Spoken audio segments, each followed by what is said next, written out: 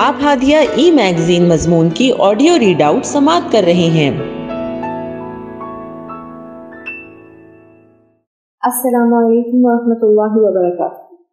سامعین، میں عائشہ خالد ہادیہ کے شمارہ جولائی 2023 کے مضمون کی آڈیو پروگرام میں آپ کا استقبال کرتی ہوں۔ آئیے ہم اس کا آغاز ہادیہ کے زمرہ منتخب مضمون جس کا عنوان ہے مطالعے کا شوق کیسے پیدا کیا جائے، اور اس کے رائٹر سید سعادت اللہ حسینی صاحب ہیں۔ مطالعے کی عادت کی افزائش کے لیے ماحول کی بڑی اہمیت ہے۔ اچھا علمی ماحول، اہل علم کی صحبت اور علمی فضا ایک جاہل آدمی کے اندر بھی علم کی پیاس پیدا کر دیتی ہے، جبکہ غیر علمی ماحول اور جہلا کی صحبت علمی دوستوں کے مزاج کو بھی بگاڑنے کا سبب بنتی ہے۔ ہم تاریخی تذکروں میں پڑھتے ہیں کہ نہ جانے کتنے باکمال لوگ گزرے ہیں جنہوں نے کسی تعلیمی ادارے میں باقاعدہ تعلیم حاصل نہیں کی، لیکن محض ماحول کے اثر سے اور اہل علم کے ساتھ اٹھنے بیٹھنے کے سبب ان کے اندر نہایت نفیس علمی ذوق پیدا ہو گیا۔ ہم اگر اپنے اندر اور اپنے دوستوں کے اندر مطالعے کا شوق اور علمی ذوق کی افزائش چاہتے ہیں تو ہمارے لیے ضروری ہے کہ اپنے ارد گرد اچھا علمی ماحول پیدا کرنے کی سنجیدہ کوشش کریں اور اس کے لیے شعوری طور پر خصوصی اقدامات کریں۔ علمی ماحول کی افزائش و نمو میں کئی طرح کے لوگوں کا رول ادا کرنا پڑتا ہے۔ اساتذہ، والدین و سرپرست، دیگر بزرگ، دوست احباب، یہ سب اپنا رول ادا کرتے ہیں، لیکن اس مضمون میں چونکہ ہمارا مخاطب ہمارے طالب علم دوست ہی ہیں، اس لیے ہم ماحول کے صرف اس حصے سے بحث کریں گے جس کا تعلق تنظیم یا حلقہ احباب سے ہے۔ ہماری تنظیم یا حلقہ احباب کا ماحول ایک معیاری تعلیمی ادارے کا ماحول ہونا چاہیے، جہاں دوستوں کی محفل میں بے شک ہنسی مذاق بھی ہوتا ہو، پر لطف چھیڑ چھاڑ بھی ہوتی ہو، ملکی سیاست اور مقامی وقتی مسائل پر بھی بات ہوتی ہو، لیکن ان کے ساتھ ساتھ دنیا میں رائج افکار و خیالات پر صحت مند مذاکرات بھی ہوتے ہوں، دنیا بھر کے موضوعات پر باتیں ہوتی ہوں، کتابیں، رسالے، مجلات، اعلیٰ علمی مضامین، ویب سائٹس اور معروف دانشوروں کے لیکچرز زیر بحث آتے ہوں۔ تقریباً روزانہ کتابوں، مضامین اور مقالات کا لین دین ہوتا ہو۔ پارٹیوں اور تفریحی سرگرمیوں کے ساتھ علمی محفلوں میں شرکت کے منصوبے بنتے ہیں، اور جہاں خود ہمارے درمیان بھی علمی محفلوں کو مرکزی حیثیت حاصل ہو۔ اس طرح کے ماحول کی افزائش شعوری کوشش چاہتی ہے، اور یہ شعوری کوشش ہماری ذمہ داری ہے۔ اگر ہمارا ماحول علم دوست ہو تو اس میں ہماری دوستوں کا بھی فائدہ ہے اور ہمارا بھی۔ اگر ہمارے احباب مطالعے کے ذوق سے آراستہ نہیں ہیں یا صحیح ذوق نہیں رکھتے، بہت کم پڑھتے ہیں، ان کی گفتگو زیادہ تر فضولیات پر مشتمل ہوتی ہے، تو ہم چاہیں یا نہ چاہیں ہمارا ذوق سلیم پر بتدریج اس کا اثر مرتب ہو کر رہتا ہے۔ آپ اعلیٰ علمی مضامین پڑھ کر جا رہے ہیں اور دن بھر آپ کو کرکٹ، ملکی سیاست اور شہر، گلی یا دفتر کے چھوٹے موٹے واقعات اور شکایات کے علاوہ کوئی بلند مضمون سننے کو نہیں مل رہا، تو ایسی صورت میں آپ خصوصاً طالبہ و نوجوان زیادہ دنوں تک اپنے نفیس ذوق کی حفاظت نہیں کر پاتے۔ صبح سے شام تک اپنے دوستوں کے ساتھ موضوعات کے نہایت تنگ دائرے میں سفر کرتے کرتے آپ کا ذہن بھی تنگ ہونا شروع ہو جاتا ہے، اور اس کے اندر سے علمی دنیا کی لامحدود وسعتوں کا احاطہ کرنے کی صلاحیت بتدریج ختم ہونے لگتی ہے۔ چنانچہ اپنے ارد گرد اچھے اور پاکیزہ علمی ماحول کی نشوونما صرف آپ کے دوستوں ہی کی نہیں، آپ کی بھی بنیادی ضرورت ہے۔ جن لوگوں کے اندر مطالعے کا ذوق نہیں ہے، ان کی بھی ضرورت ہے تاکہ ان کے اندر یہ ذوق پیدا ہو، اور جن کے اندر یہ ذوق موجود ہے ان کی بھی ضرورت ہے تاکہ یہ ذوق باقی رہے اور اس میں مزید ترقی ہو۔ اس ماحول کی افزائش بنیادی طور پر ان لوگوں کی ذمہ داری ہے جو مطالعے کا شوق اور ذوق رکھتے ہیں، وہی اس کی اہمیت کو محسوس کر سکتے ہیں، اس کے سلسلے میں کچھ سوچ سکتے ہیں اور کوئی اقدام کر سکتے ہیں۔ مطالعے کی تحریک پیدا کرنے والے عوامل۔ مطالعے کی تحریک پیدا کرنے والے کئی عوامل ہیں، ان میں سے بعض عوامل پر آئندہ سطور میں بحث کی جا رہی ہے۔ علمی ماحول کی افزائش کے لیے ضروری ہے کہ ان عوامل کو پیدا کرنے پر توجہ دی جائے۔ ضرورت، ان میں سب سے پہلا عامل ضرورت ہے۔ ضرورت ایجاد کی ماں ہے اور ضرورت عمل اور کام کی بھی ماں ہے۔ ضرورت آدمی سے مشکل اور ناگوار کام بھی کروا لیتی ہے، اور ضرورت نہ ہو تو ایک عام آدمی احسن سے احسن کام کی طرف بھی متوجہ نہیں ہوتا۔ یہ انسانی فطرت ہے۔ ہم اپنی روزمرہ کی زندگی میں بھی دیکھتے ہیں کہ ایک ناخواندہ چپراسی بھی اپنے ملازمت کے قوانین و ضوابط اور حکومت کے متعلقہ جیارز وغیرہ سے واقف ہوتا ہے۔ وہ کسی نہ کسی طرح ان کا مطالعہ کرتا ہے یا پڑھوا کر سنتا ہے۔ اس کی وجہ یہ ہوتی ہے کہ یہ معلومات اس کی ضرورت ہوتی ہے اور ضرورت اسے مجبور کرتی ہے کہ وہ یہ علم حاصل کرے۔ علمی ماحول پیدا کرنے کے لیے پہلی ضرورت یہ ہے کہ مطالعے کو لوگوں کی ضرورت بنا دیا جائے۔ اگر مطالعہ ضرورت بن جائے اور اس کا احساس لوگوں کے اندر پیدا ہو جائے تو وہ خود مطالعہ کی طرف متوجہ ہوں گے۔ ضرورت پیدا کرنے اور اس کا احساس پیدا کرنے کے لیے سب سے اہم محاذ دعوتی کام ہے۔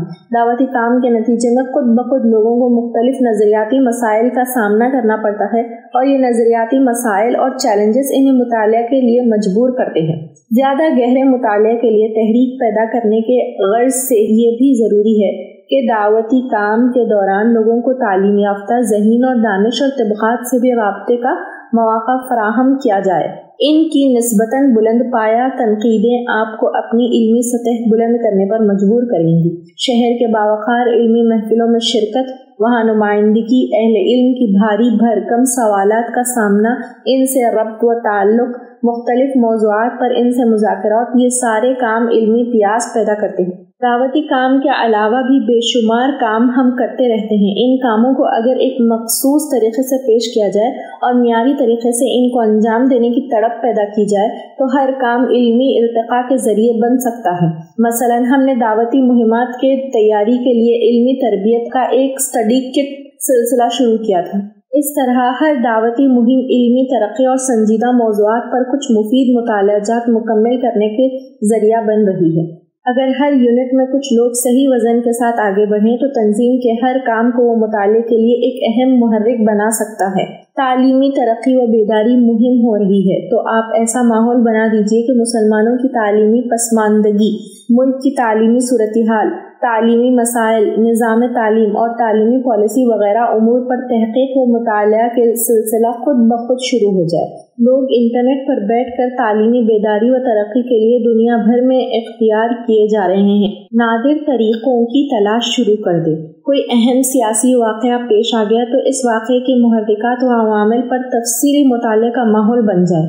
اس چیز کا انحصار اس بات پر ہے کہ قیادت اور ہمارے حلقے کے پڑھے لکھے لوگ کسی کام کے سلسلے میں کیا ویژن دیتے ہیں۔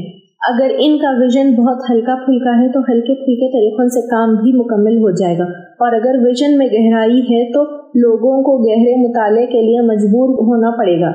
مثلا اگر تعلیمی ترقی بیداری مہم کے دوران قائدین و بااثر لوگ کی جانب سے سطحی اور عوامی باتوں پر اکتفا کر لیا جائے تو گہرے مطالعے کی کوئی ضرورت درپیش نہیں ہوگی، لیکن قائدین سنجیدہ تجزیے کریں اور ایسا تاثر دیں کہ بہت تیاری کے ساتھ کچھ اہم کام کرتے ہیں تو لوگ بھی سنجیدہ مطالعہ و تحقیق کو ایک ضرورت سمجھیں گے اور اس کی تعمیل کی طرف توجہ بھی دیں گے۔ مطالعے کو ایک ضرورت بنا دینے کے لیے یہ بھی ضروری ہے کہ ہمارے اجتماعات، پروگراموں وغیرہ میں ایسے موضوعات کا مستقل احاطہ ہوتا رہے جن کے لیے گہری تیاری اور سنجیدہ مطالعہ ضروری ہو۔ اگر ہم لٹریچر کے عوامی موضوعات پر اکتفا کرتے ہیں تو ہمارے ماحول میں سرسری مطالعے کے ذریعے یا اس کے بغیر بھی ان موضوعات کا احاطہ ہو سکتا ہے، لیکن جدید ترین احوال و مسائل پر مبنی موضوعات متواتر آتے رہیں تو ان کے لیے لازماً سنجیدہ اور گہرے مطالعے کی طرف متوجہ ہونا پڑے گا۔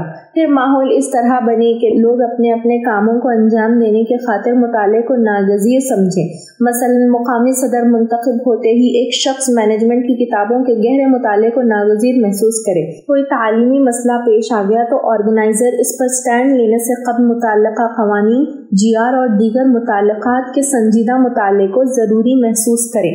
اس چیز کا انحصار بھی ورک کلچر اور خاص طور پر قائدین کے انداز کار پر ہے۔ اگر وہ سطحی معلومات پر اکتفا کرتے ہوئے آگے بڑھنے کے عادی ہوں تو وہی ماحول بنے گا، لیکن اگر وہ ہر مسئلے پر عمل و اقدام سے قبل گہرے مطالعے کی ضرورت و اہمیت تسلیم کرتے ہوں تو اس کے نتیجے میں تنظیم کا ہر فرد اپنے اپنے کاموں کے لیے مطالعے کی ضرورت محسوس کرے گا۔ ٹارگٹ یا ہدف۔ عام لوگ دباؤ کے تحت کام کے عادی ہوتے ہیں۔ جب تک کوئی دباؤ نہ ہو، کام کی طویل المیعاد اہمیت و افادیت کو محسوس کرتے ہوئے کام کرنا ہر ایک کے لیے ممکن نہیں ہوگا۔ اگرچہ یہ ایک اچھی صفت نہیں ہے، آدمی کو وقتی دباؤ سے زیادہ طویل المیعاد فائدوں کو پیش نظر رکھتے ہوئے کام کرنا چاہیے، لیکن حقیقت یہ ہے کہ یہ ہر آدمی کے بس کی بات نہیں ہوتی۔ امتحان کا دباؤ ایک طالب علم کو اسٹڈی پر مجبور کرتا ہے۔ ٹارگٹس اور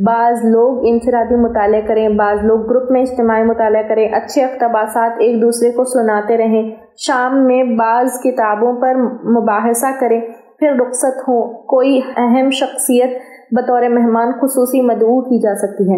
بک فیسٹیول جس میں ہر شخص سے کہا جائے کہ وہ اپنے گھر سے، لائبریری سے، کسی سے مانگ کر یا کہیں سے بھی 5 دلچسپ کتابیں لے کر آئیں۔ اس طرح سب اپنی اپنی کتابیں ایک جگہ جمع کر دیں اور دن بھر پڑھتے رہیں۔ جس کتاب کو سب سے زیادہ لوگ پسند کریں، اس کو لانے والے کو اس کی پسند کی کتاب انعام میں دی جائے۔ ریڈ-ا-تھلون کا اہتمام کریں، 5 کتابیں رکھ دی جائیں اور 10 گھنٹوں کا وقت متعین کر دیا جائے۔ ہر ایک سے کہا جائے کہ وہ 10 گھنٹوں میں جتنا پڑھ سکتا ہے پڑھیں اور اس کا خلاصہ لکھیں۔ جو سب سے زیادہ پڑھے گا اسے انعام دیا جائے گا۔ وقت اور کتابوں کی تعداد بڑھائی گھٹائی جا سکتی ہے۔ Reader of the month award کا اہتمام کیا جائے۔ کسی کتاب کا سب لوگوں اپنے اپنے گھر میں مطالعہ کریں اور ایک جگہ جمع ہو کر اس پر کوئز کا مقابلہ کریں۔ ہوم ڈیکوریشن یعنی لوگوں سے کہا جائے کہ گزشتہ سال میں چھپی ہوئی کتابوں میں سے بہترین 3 اقتباسات اپنے روم میں آویزاں کریں۔ ججوں کا ایک پینل ان میں سے بہترین انتخاب کریں اور اسے انعام دیا جائے۔ مندرجہ بالا میں سے مختلف طریقوں کو ملا کر چھٹیوں میں سہ روزہ یا ہفتہ روزہ ریکارڈنگ کیمپ میں بھی انعقاد کیا جا سکتا ہے۔ بک ریویوز پر مشتمل ماہانہ جرنل کا اجرا، جس کے تحت ہر شخص اپنی پڑھی ہوئی کتاب کا خلاصہ لکھے اور ان کے مجموعے کو کمپیوٹر پرنٹس کے صورت یا زیروکس کیے ہوئے مخطوطات کی شکل میں لوگ آپس میں تقسیم کر لیں۔ مختلف موضوعات پر پڑھنے والوں کے الگ الگ گروپ یا فورم بنانا یا ہفتہ وار کتابی فورم تشکیل دینا۔ مثلا تنقیحات فورم کے اراکین ہفتہ بھر تنقیحات پڑھتے رہیں اور اس پر گفتگو یا تبادلہ خیال کرتے رہیں۔ علم جدید کا چیلنج فورم والے اس کتاب پر، اسلام دا آلٹرنیٹو فورم والے اس پر، ہر فورم ہفتہ کے اختتام پر اپنے حاصل مباحثہ کی رپورٹ تیار کرنا اور ایک مشترکہ اجلاس میں سب اپنی اپنی رپورٹیں پیش کرنا۔ سونے سے قبل مطالعے کی اہمیت افزائی کے لیے بیڈ ٹائم ریڈرز کلب کا قیام، جس کے اراکین رات میں ایک دوسرے کو فون کریں اور زیر مطالعہ کتاب پر 5 منٹ بات کریں۔ ریڈنگ ڈے کا اہتمام کہ اس روز ہر آدمی یہ وعدہ کرے کہ وہ کچھ نہیں کرے گا، بس پڑھے گا۔ کتابوں کی خریداری اور آسان طریقوں سے دستیابی کے لیے کوآپریٹو خریداری اسکیمز، سوئنگ اسکیمز، مشترکہ خریداری اسکیمز، بک کلب وغیرہ کا قیام، رسالوں کی مشترکہ خریداری۔ نوٹس کی نمائش جس میں سب لوگ اپنے اپنے نوٹس لے کر آئیں، ان کی نمائش ہو اور کوئی جج بہترین نوٹس کا فیصلہ کرے اور اسے انعام دے۔ کتب خانوں کی سیر جس کے تحت 4 یا 5 دوست کسی قریبی بڑے میٹروپولیٹن شہر کے کتب خانے اور بک سٹورز کی سیر کریں۔ مختلف کاموں کو انجام دینے والے ورک بیس کے کام پر مبنی اسٹڈی گروپس، مثلا نشر و اشاعت والوں کا اسٹڈی گروپ جس میں پبلسٹی کے طریقوں، میڈیا ٹیکنیکس، مختلف ایشوز وغیرہ کا مطالعہ کیا جائے، یا شعبہ تربیت کے لوگوں کا اسٹڈی گروپ جس کے تحت ہیومن ریزروائرز مینجمنٹ کی اسٹڈی کی جائے وغیرہ۔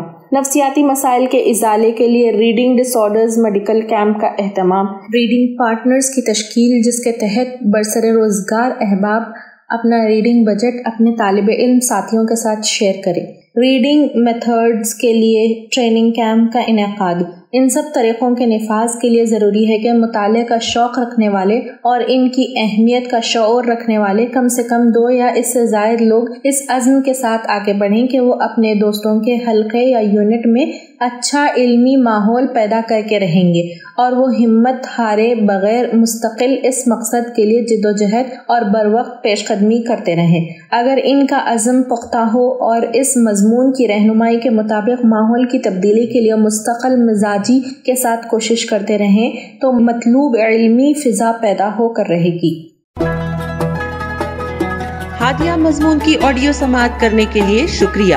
امید ہے کہ آپ کو پسند آیا ہوگا۔ ہمیں آپ کے مشورے کا انتظار رہے گا۔ اپنا مشورہ، تبصرہ اور مضامین editor@hadia.in پر ارسال کریں اور ہادیہ ای میگزین کے مضامین کو پڑھنے کے لیے ویب سائٹ www.hadia.in سبسکرائب کریں۔ انشاءاللہ ہم اگلے ہادیہ ای میگزین کے شمارے سے دلچسپ مضامین کی آڈیو لے کر حاضر ہوں گے۔ تب تک کے لیے اجازت، اللہ حافظ۔